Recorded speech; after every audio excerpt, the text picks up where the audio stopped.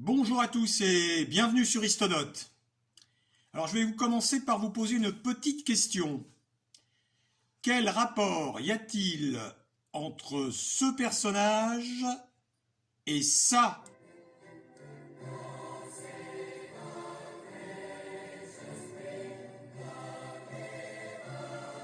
Alors, vous avez sans doute reconnu un roi français et un hymne anglais.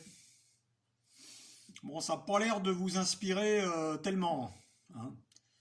Alors, ne vous inquiétez pas, vous restez avec moi et je vous explique tout.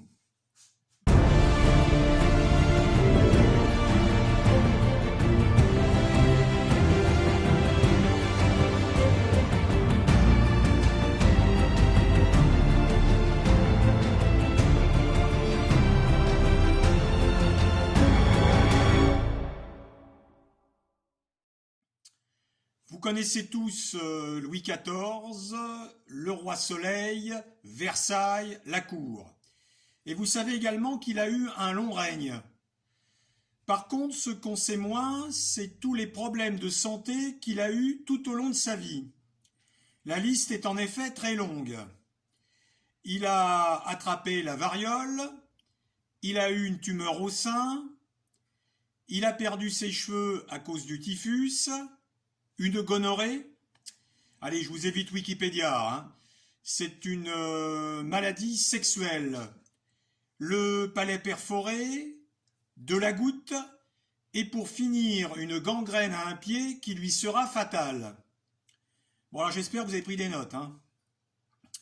Mais parmi tous ces maux, le plus célèbre est son problème de fistule anale.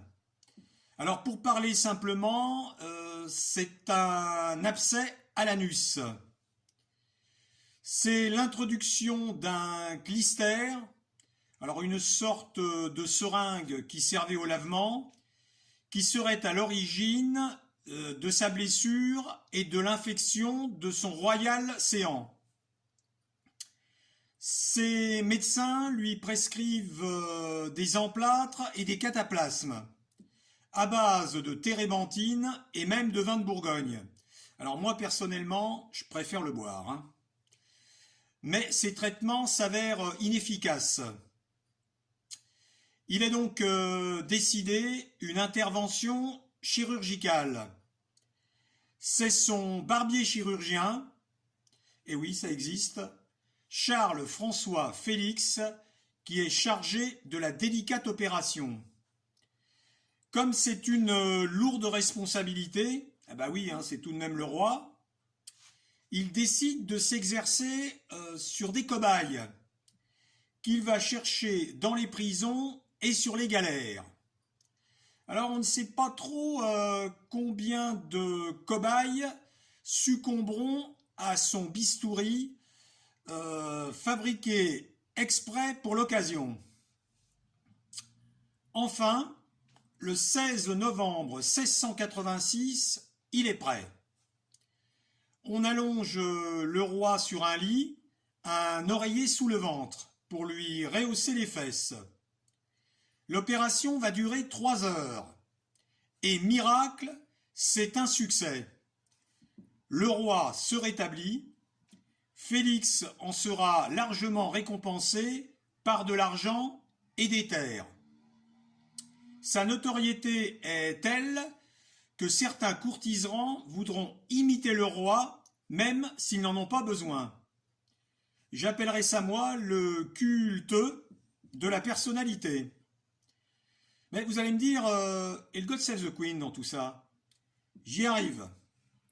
Pour célébrer la guérison du roi, Madame de Maintenon demande au musicien Lully de composer un Te Deum, dont les paroles seront écrites par Madame de Brinon. Ce Te Deum sera entendu quelques années plus tard par le musicien allemand Heindel de passage à Paris. Il va en recopier le morceau, et oui, pas de droit d'auteur ni de SACEM, et le ramener en Angleterre.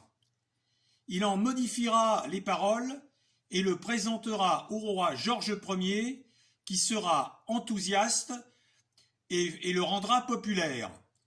C'est ainsi qu'il deviendra petit à petit l'hymne que l'on connaît. Alors je ne suis pas sûr que tous nos amis anglais, enfin nos amis, faut le dire vite, hein, connaissent l'origine de leur hymne et qu'ils chantent sans le savoir les louanges du trou d'un roi qui plus est français. Bon allez, j'arrête de me moquer, je sais, c'est pas bien. Merci donc de m'avoir suivi et je vous donne rendez-vous pour un prochain numéro d'Histodate. Salut!